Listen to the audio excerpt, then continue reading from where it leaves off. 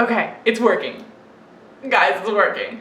So I don't know what I did, but I got my camera to work. What's up? Hey, hi, hello, friendos. So, as you can tell by my intro, got my camera to work.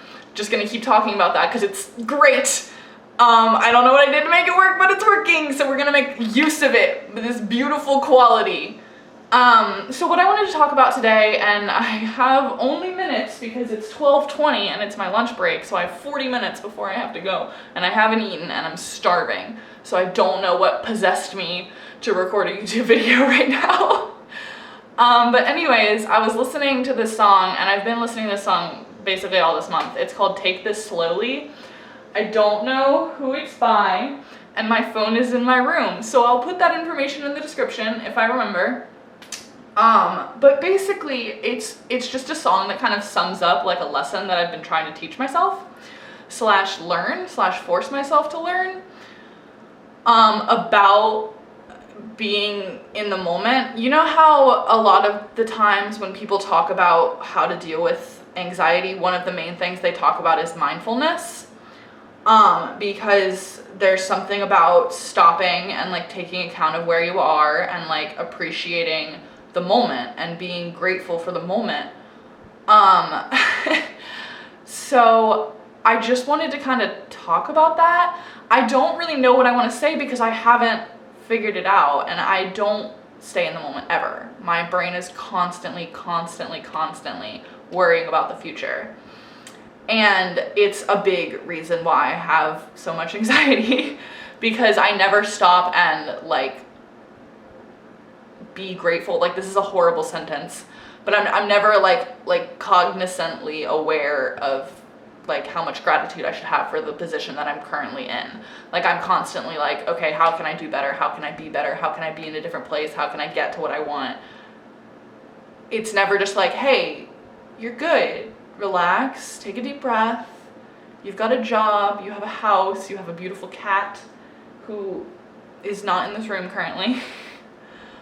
And I really think that if I were able to do that, I would just be in a better mental space. So that's a challenge that I'm giving myself, particularly in the upcoming weeks, because it's something that I talked about a little bit with my therapist about not filling my time so much with content. And weirdly enough, this is kind of a way of doing that because I'm creating content, and this probably doesn't count, but I'm not watching TV. And that's not to say that I'm not gonna, as soon as I turn off this camera and make my food, but it is a challenge that she gave me to start working on, and I was supposed to start doing it next week, but we both agreed because I was going to New York City that it would be a high anxiety moment for me, so it would be okay to like still indulge in as much content as I'm taking. But basically what she said was, since basically what I do every day is Monday, Wednesday, Friday, I try to go to the gym. I've fallen back on that habit, so I'm gonna try to get back into it eventually, but I go to the gym, I shower, I come back, I watch TV while I eat food, I go to work, I come back for lunch, watch TV while I eat food, go back to work, come home, watch TV while I eat food, all the way up until I go to bed. And in between those times, I'm on the computer at work, doing work, filling my head with content. And she told me like that leaves no space for that mindfulness. That leaves no space for that like just breathing and like desaturating yourself, I don't think that's the right word, from all of that information that you've been filling your brain with all day.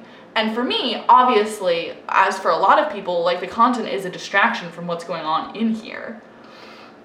So all of this long spiel to say, my goal in the upcoming weeks is to take Tuesdays and Thursdays off, which I didn't even mention. Like on Tuesdays and Thursdays, just cut out the gym part, sleep in a little bit longer, wake up, watch content, eat food.